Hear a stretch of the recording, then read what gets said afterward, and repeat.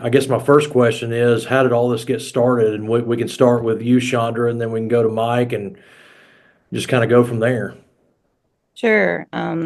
It actually started with an invitation to a reunion of players in 2016 from one of my former colleagues who was a anchor reporter.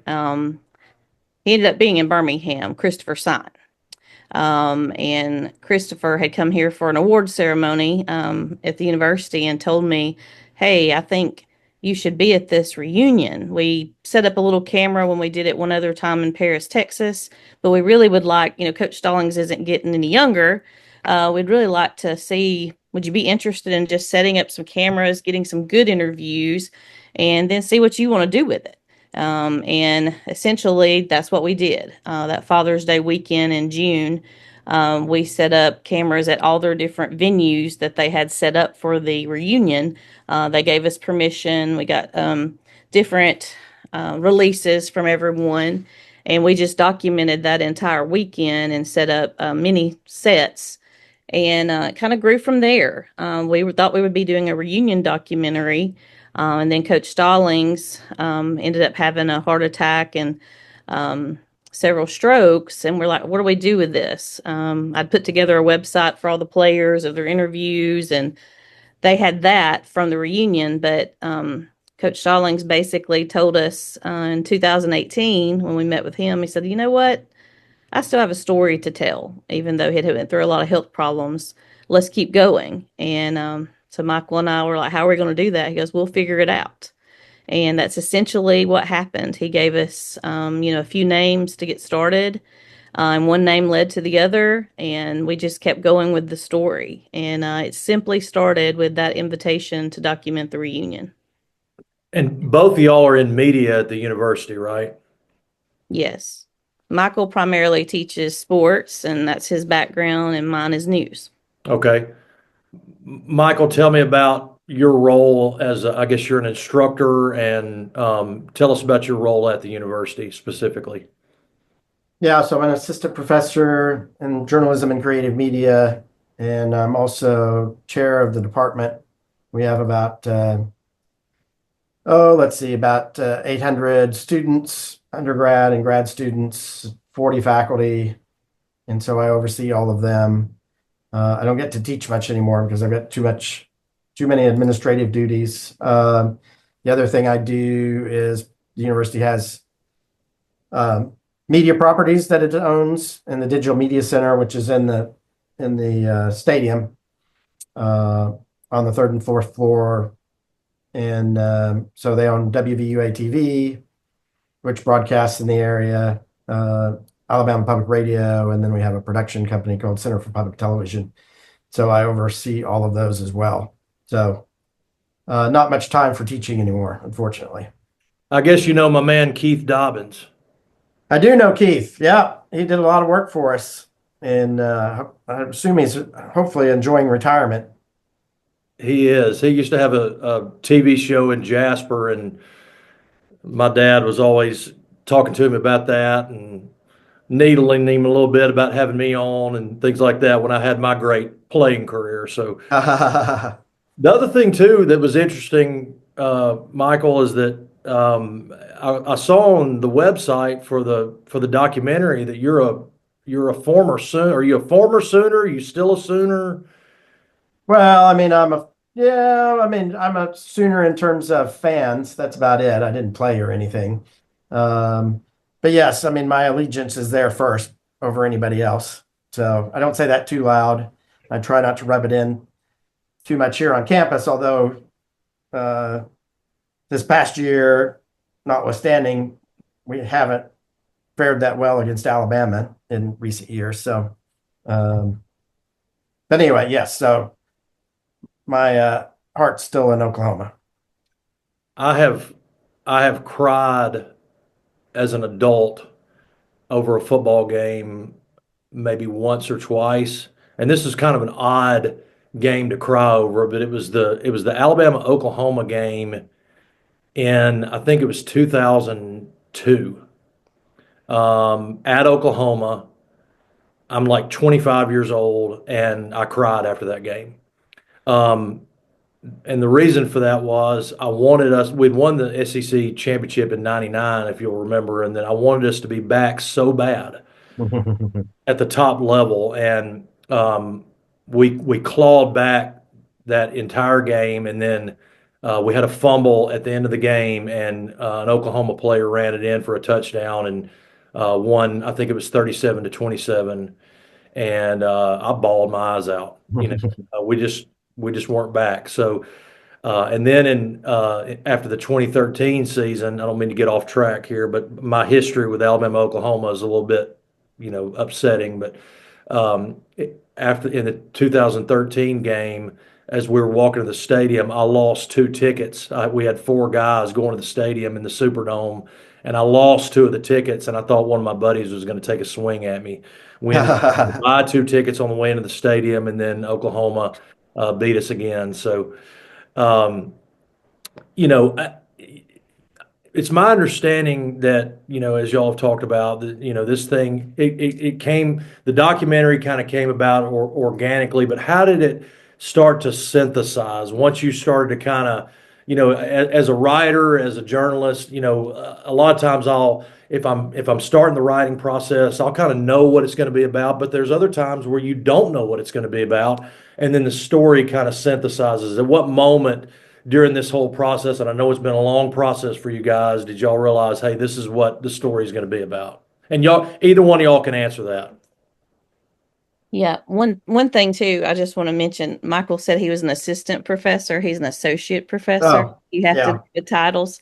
He's a little tired from his Germany trip. So I just caught that. So anyway, and then Keith Dobbins has been a part of this journey too. So I worked with Keith when I was in Jasper at Walker College and VIP TV and that whole family that started that. But you know, I've always been a storyteller and I've always been a Gene Stallings fan, to be honest with you. I was in school when he was here. I remember meeting him, while I was in school, and I also volunteered at Rise. And so it wasn't that I kind of didn't know part of the story already, but it was really the players and what they were telling us about his influence on their life, and some of them that had special needs children, with intellectual abilities and physical disabilities. And so it really was the players who came out and just made it so much at that reunion about what an impact he had on their life. And then hearing his stories, where we interviewed him multiple times and researched, that we're like, wait a minute, this man not only changed his players' lives, he changed so many families' lives because of his advocacy for people with special needs.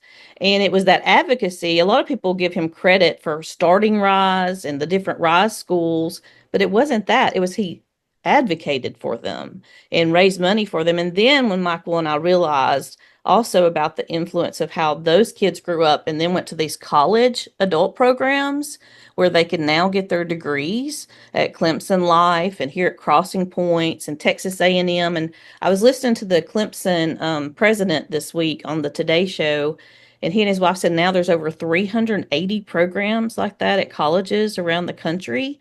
And a lot of people give Coach Stallings credit for that because of how well aware he made people. So through that process, Michael and I learned so much that then we had to figure out how to organize it all and really tell the full story. That was the challenge because it was so comprehensive to whittle it down to, okay, what's the most important things we need to include in this?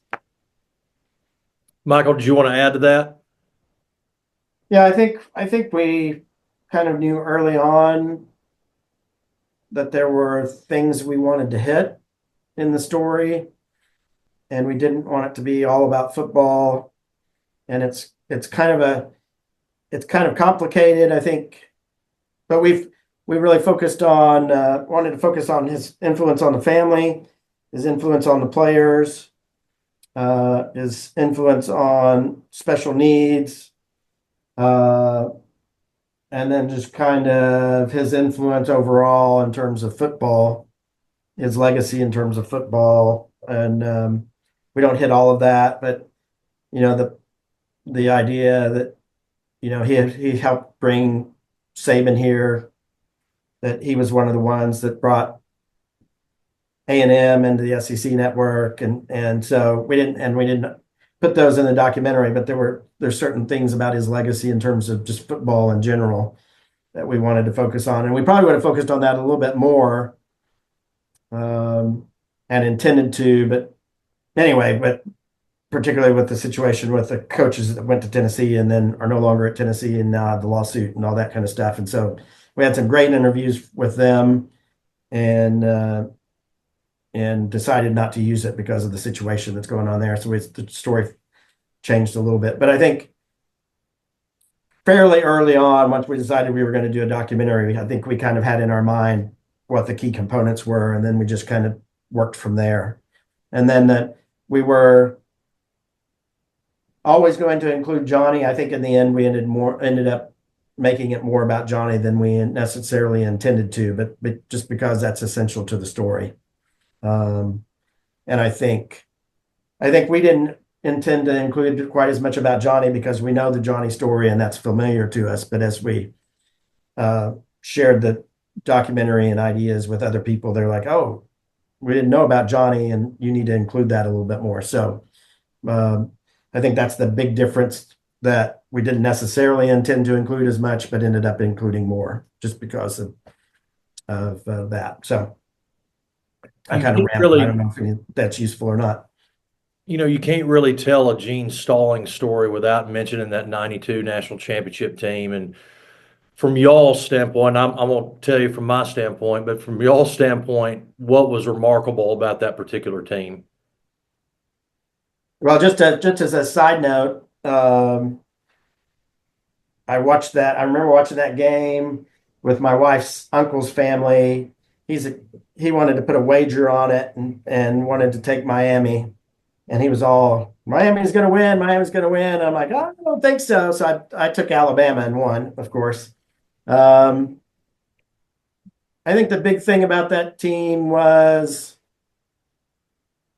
I think they talk a little bit about, and we have Christopher Sign saying this and a couple of other players saying this, that coach would tell them, if you do your job, you're in the right place at the right time, doing what you're supposed to do, everything's going to be okay. And I think maybe not at the beginning of the season, but certainly within a game or two, they realized, if I do what I'm supposed to do and my teammates do what they're supposed to do, we're going to come out okay in the end and we'll figure it out. And I think they had that, whether they were conscious of it or not. I think in the back of their mind, they knew, if I just do what I'm supposed to do what coach tells me to do, we'll be all right. And I think that's the one thing that stuck out to me as we interviewed players and kind of talked about that 92 season. Chandra?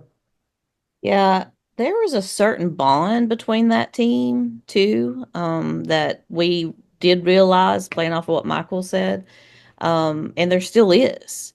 There was something very special about them that grew from the 91 to the 92 team, that we kept hearing. So that would be one thing. The other story that I love about that Michael and I fell in love with, was Corky Simpson. Corky Simpson was a sports writer, and I found him in the research, and I knew it, but I'd Only forgotten. one. Yes.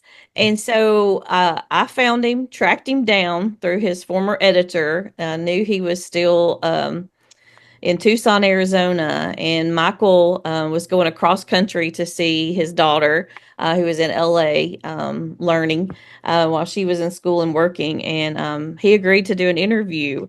And Corky's story was great. It came up several times in the interviews too. People say, there's this guy out in Arizona who picked us, and that was kind of cool, and they remembered it. And but they couldn't believe that he was still around. And so we got him and Mark Edwards in that relationship, because Mark Edwards is who had found out who he was. He was the number one picker, or whatever. So that was a great story to also encapsulate that 92 season. They brought him back. The university brought him here. Who but Alabama would bring him back to be Grand Marshal of the National Championship Parade? Oh, wow. So that story was great. Michael and I just love Corky, and I talked to him a few weeks ago, and he's still alive. Well, and that was a special time for him as someone covering sports, during that time frame too, that 92. And then I lived the 92 national championship. I was so excited. It rejuvenated everything about me about being an Alabama fan. So I was at Walker College at the time and then transferred here that next year. So it was exciting for me to go see Jay Barker, signing autographs and be around some of the people, those players and stuff here on campus that you get to meet. To me, there's a very interesting psychology about how to overcome obstacles that maybe we can learn from this team. And when I think about Florida was such they were so good. I remember that 91 game. We go to Gainesville. I say we, I'm a Bama fan, but we go to Gainesville and we get beat 35 nothing. And then you turn around the very next season and who do you face in the SEC championship game? You face Florida. They're not as good as they were in '91, but you've got Shane Matthews as a quarterback. You've got Eric Rhett, very very capable, and just to be able to overcome that hurdle from losing the year previous 35 to nothing to beat Florida in the inaugural SEC title game, and then to turn right back around and you're just such an underdog playing arguably the toughest, most intimidating football team over the last decade, and you're not intimidated by that. I think, and I've talked to several of the players, but Alabama knew what they had. They had confidence in their ability to get over the hump, get over those obstacles. Certainly, Florida was a familiar foe, but then being able to defeat Miami and not be intimidated by all the hype and the Miami buzz and things like that was very very impressive to me. And the other thing too is just that um, it just seemed like, and again, I was 15 years old, 14 years old when this happened. But it seemed like an eternity since Alabama had won a national title. I mean, you think about 13 years, but then, 92 to 2009, that was 17 years. So kids that grew up in that era, it was even more of a wait, but it just seemed like it was forever. And then to have it on the culmination of the 100 years of Alabama football was extra special. And Bill Battle, he even talks about that, how that transition there when Stallings won the game, what it showed, about Bama's kind of back, and he was right in the middle until we got to Saban. And so that was also interesting too, because a lot of people, see the statues out here, but they don't even realize Coach Stallings is still alive. Mhm. And then also just what it meant for Alabama to win at that time. It had been such a long gap. And, Michael, being more of the sports guy, I would say, he kind of looked at that as so significant too, from how hard it is to win a national championship in general. But that gap in time was something we had to really capture too. Yeah, we weren't the premier program at that time. I mean, you had Florida State, Miami, Florida was very good, and it almost just kind of came out of nowhere. But when you look back on it and you look at the players and you start listing off, George Teague and David Palmer and Derek Lassick and Jay Barker and Antonio Langham, you start listing off the talent that was on that team. It really makes sense that they came away with a championship. All right, let's move on. I'm interested in the documentary itself, and we've been doing some documentaries. Michael and I were talking yesterday about putting together a documentary. It is very very labor intensive, but putting together something of the magnitude that y'all have put together, there's just going to be a lot of highs, and then there's inevitably going to be a lot of lows. So for y'all, what has been the most challenging aspect of it, or a challenging feature of this, but also what has been the most rewarding aspect of this? We'll start with Michael.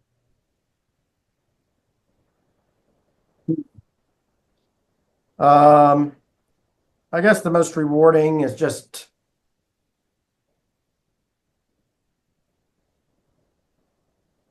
I guess, I guess the most rewarding is just seeing that it resonates with uh, the people that see it. They laugh at the right time, they cry at the right time. Um, if you sit back in the theater and listen and watch, they're reacting the way that you hope they would react.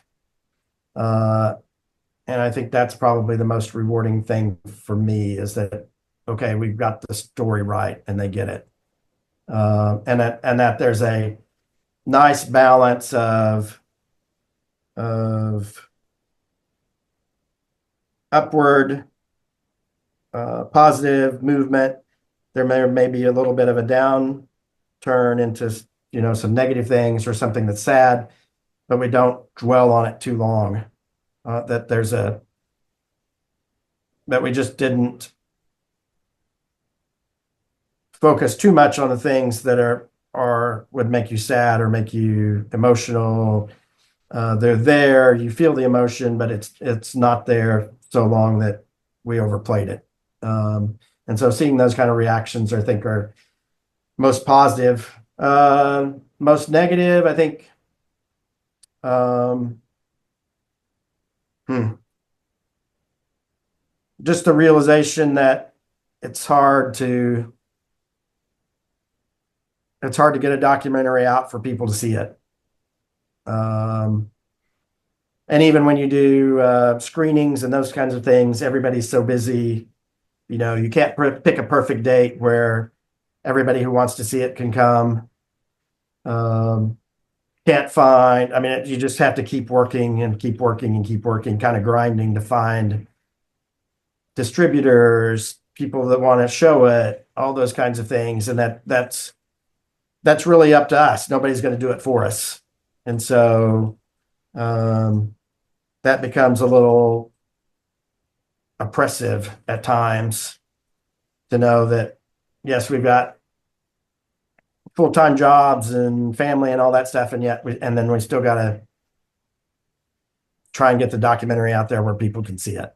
I think that's one of the toughest things is like, especially if you're a creative. And I've done a lot of long form journalism and you know the work that you put into it, and a lot of times people all they see is the finished product, and then you share something and I try to it can be very humbling. It can be a very, very humbling thing to put your work out there.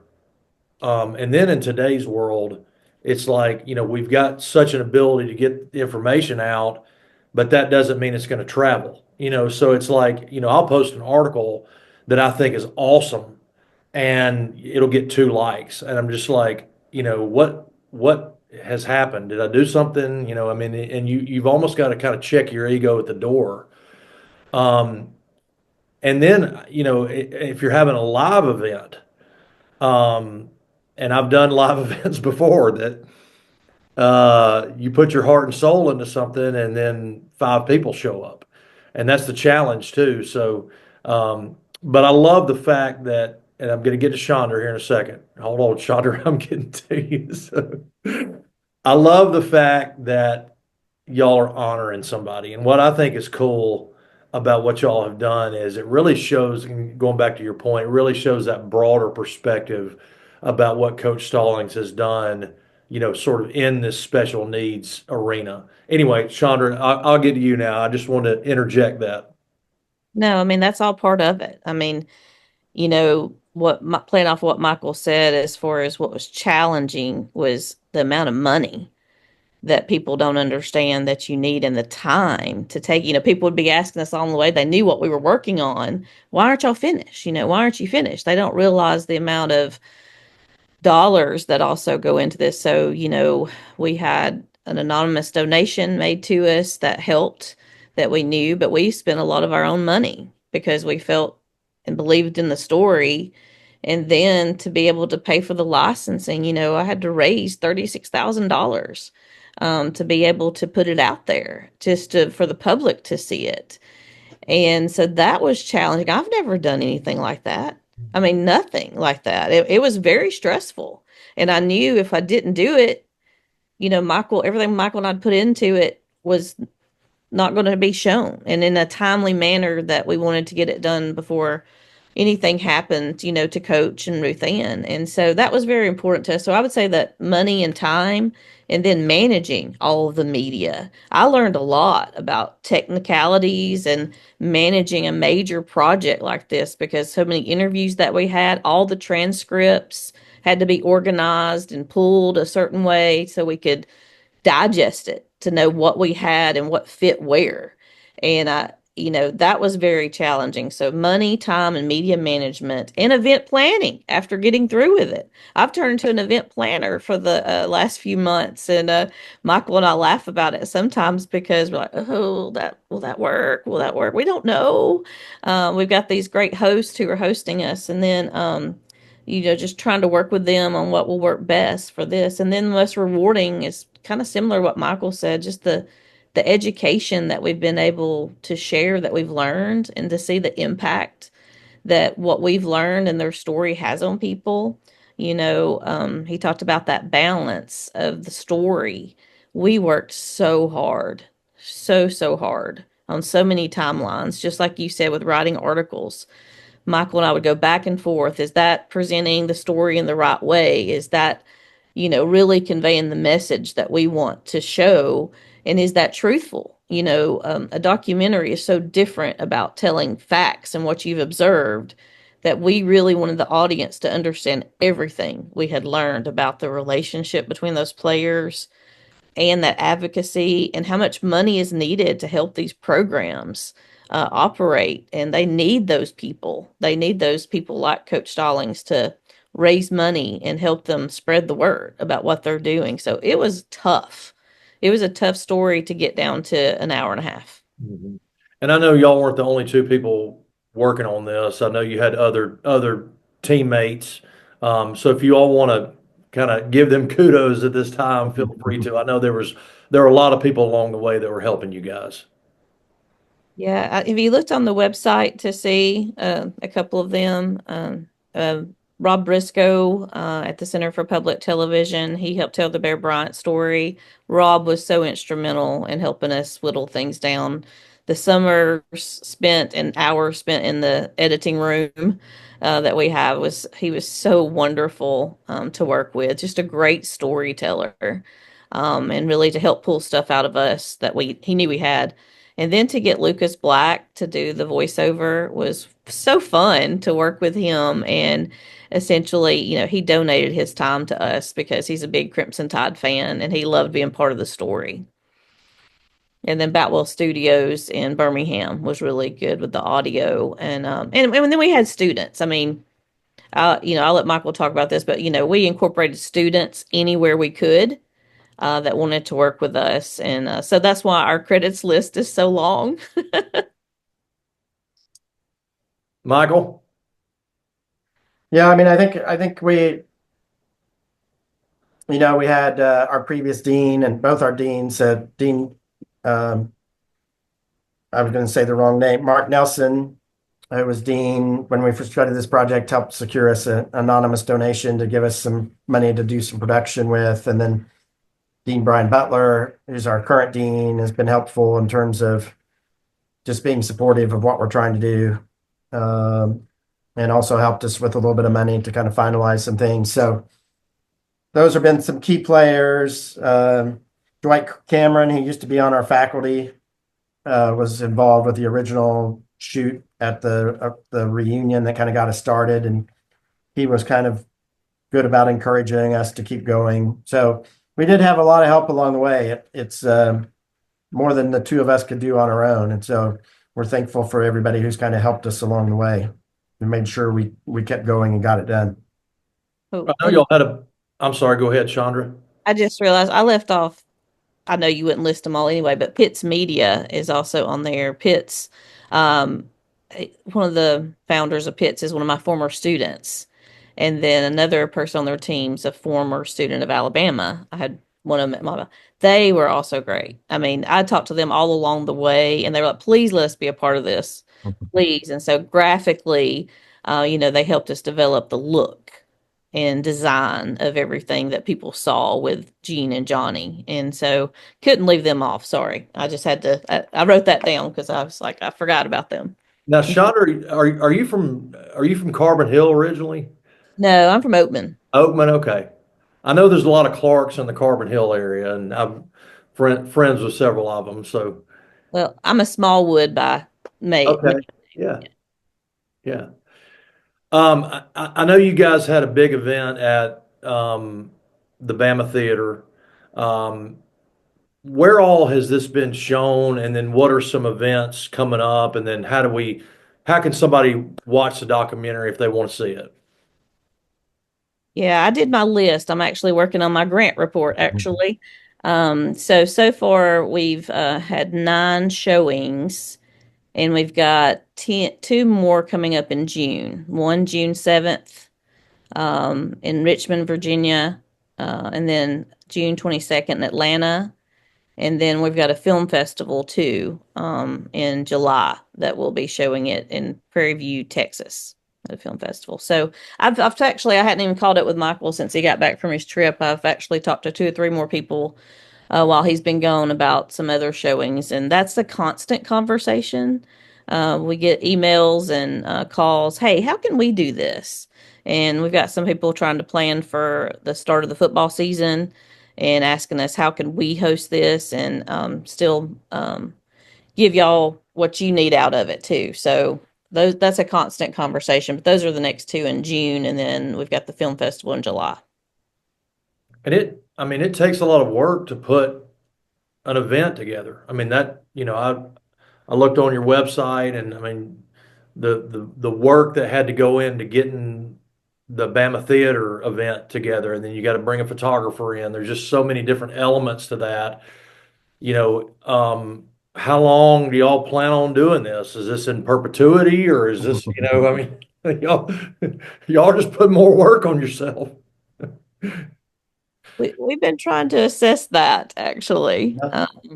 And we've talked to a few different people about, streaming and broadcast, and we had to kind of get through this semester, and Michael and I are trying to figure that out over the summer. And see, we've had a few people talk to us about some different scenarios. So it's just, I don't want to say it's complicated, but it kind of is. You kind of think about, I was talking to somebody yesterday. You would know who they were if I told you, but his advice was, and he's done this for a long time, he goes, I love what y'all are doing it and how you're doing it your own way. And I was like, really? I said, I'm not so sure. And he said, no. He said, because you're going to be more proud of it and of your work because of what y'all have done this way. And he said, so don't give it away for free. Please. Y'all have worked too hard. And so we're trying to make sure we don't give it away for free. And Coach Stallings always asks, have you made any money yet? And we have, but I'm not sure. Michael, you can say what you want to say, but it's a hard answer. Yeah, I don't know how long we can keep going doing it this way. I mean, I think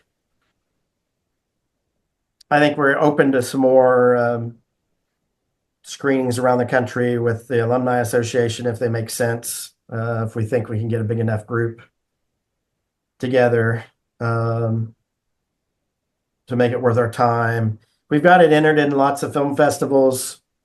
So I think we're kind of hoping to see how we do in those film festivals. It's difficult because it is we call it a sports documentary, but it's, the percentage of the actual documentary that's actually about games and showing plays and games and that kind of footage is rather minimal compared to everything else. And so I'm not sure that people at film festivals and in awards competitions and those kinds of things know what to do with it because it doesn't fit the mold of a traditional sports documentary necessarily. And so anyway, I think we should know beginning in the next few weeks, we should start getting responses from film festivals about whether it's getting accepted there or not. And most of those film festivals are in the fall. So I think we're committed to letting the film festival system work itself out. We'll do whatever ones we get invited to if we can. And then I think probably in the fall we're doing the film festivals in hopes that somebody who has the ability to distribute it and or money to help us pay the media rights and get it distributed sees it and wants to do something with it. I think that's our goal with the film festivals. And so we'll kind of reassess what we're doing and what we do with it, probably sometime in the fall. But at least until December, we're kind of committed to this path. Chandra, I told Michael this yesterday that my company has put together a documentary. Our first one was about a 10-minute and 45-second documentary on Hudson Lawson, who is a senior at Haleville. He lost his mom to colon cancer in 2023. We're wrapping up another documentary on Yancey Young, who was a former baseball player at Summit and Christian who has lymphoma. But when we got on the other side of the Hudson documentary and we published the thing to YouTube, I watched that and again, not to be braggadocious or anything like that, but I thought, wow, like I cannot believe we put this together. I mean, this is the first time I'd ever done anything like that. I mean, I've been a photographer, I've been a basketball coach, I've done articles, but I've never done any kind of documentary, and I just, it was something I was very proud of. And did y'all feel that? I mean, like, this is the first time that y'all have gone down this road. And did you look back at that with a sense of pride and go, not to pound your chest, but just like, wow, I can't believe we did this. Yeah, I mean, working with Michael has been such a blessing, and we have kind of been a rock for each other through those challenging times. But like he said, when we got to the Bama Theater and got on stage and was through all the hoopla at the front, getting coached there and everything, and we went to go up on stage. I told Michael, I said, "What were we going to say on stage?" And I said, "Family." We wanted to talk and thank our family because everything we learned, our family supported us so much through this, and Coach Stallings' family supported us through this. The whole theme of the whole night was family, and that was very proud. Our families helped us decorate, helped us get to that point, and they had put up with so many trips from us being gone. So yeah, it was a very proud moment for it to roll and to hit play. And then, like Michael said, hearing people, that was probably the proudest moment. I was sitting, you know, with my family and people from my church who had supported us and knew everything. It was a very proud moment to get it to that point. Yeah, and I think, yeah, there were moments where I was really proud. I think for me, for the last few weeks and the last few months and the last few weeks, uh, this has always been kind of a spiritual journey, I think, and a spiritual documentary. And so a few years ago, we had in our department, the folks that teach film and documentary had a director in from Hollywood who was speaking, and a student asked him, what's the difference between being a director of a documentary and being a director of a film, a narrative fictional film, and the director paused for a minute, and then he said, when you're doing a fictional film, the director is God. Whatever the director wants to do, that's what happens. And when you're directing a documentary, God is the director, and it takes you places that you didn't expect to go, and you get stories that you didn't expect to hear. And so I think, and that's what happened with this documentary. Why did it take 8 years? I mean, we talked about some of the reasons that it took so long: COVID, dealing with all the attorneys in a couple of different situations. But I think also because we would interview somebody and they would say, "Oh, did you talk to this person? You really got to talk to this person." And then we'd talk to that person. They go, "Oh, well, you really got to talk to that person to get this other person to get this story." So, that's resulted in 150 interviews, and we can't get all that story in there. So I feel like throughout this process, God has kind of been directing us to get the story right. And so the reminder to myself is when I'm starting to feel proud, or I'm starting to think, why aren't more people coming to see this? And why am I showing this to 20 people, or whatever, is that this is not about me, this story. And that I don't need to be, it's okay to say, yes, I did it, and I'm happy that I've done it, but I don't need to get prideful about doing it. It's not supposed to be about me. And so ultimately, when I think in terms of distribution and people seeing it, if I really believe that God directed us to tell the story the way it's told, I've got to believe that ultimately He'll make sure that the people who need to see it are the ones that see it, and we'll figure it out. And so I think it's been humbling for me to try and take myself out of it and take my feelings out of it sometimes and just say, okay, it's going to work itself out eventually. And however it works itself out, that's what I'm going to be satisfied with. I love that, and just to be able to do something that's meaningful, because there's so much junk out there that is so empty. Um, and to be able to put something together, going back to what we said, that honors somebody and that's meaningful. I think that's just being able to do more work like that. That's what I want to do. And so how do people connect to your website? Tell us how people can connect and keep up with what y'all are doing. Well, we do have social media platforms too, and actually, my daughter helped us a lot with that. She was here in school working on her MBA in marketing, and so I employed her to help us, and she's now employed by somebody else. We've been using those platforms very well, and I got to sit down and talk to Michael about a few things, and we need to kind of roll out. We've had a lot of other stories that we've talked about doing. We've talked about doing some podcasts to kind of pull in some of those stories that really didn't make it into the film. And the website is there for people to also share their do right stories.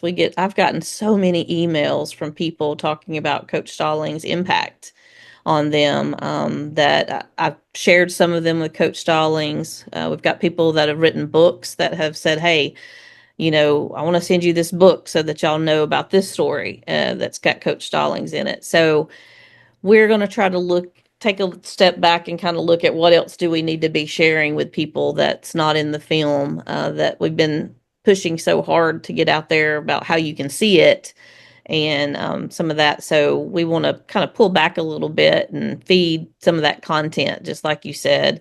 So from the website, they can kind of continue to take a look at what we're rolling out and make some changes. But it's so easier to do that through social media than the website. The website is always that landing page to hopefully get people somewhere else too. And that domain name is it Do Right Stallings? Is that right? Okay. Yeah. DoRightStallings.com. Okay. Well, y'all, I really appreciate your time today, and again, keep fighting the good fight. I know it is like we said, it's a very labor intensive thing, and it's easy to get discouraged when you put creative content out there, and I just want to encourage y'all, and I hope that this, people will see this video and be encouraged to go watch the documentary and then connect with you guys. Yeah, we hope so. We hope so that they will check it out and encourage us along the way. That's great. Thank you, Al. Yeah. Yeah, and as you work on your documentary project, if we can help you at all, you know how to get in touch with us. I will be calling y'all, believe me. Never fear. We'll be in touch soon. So, All right. thanks, guys. Thank you. Bye-bye. Bye-bye.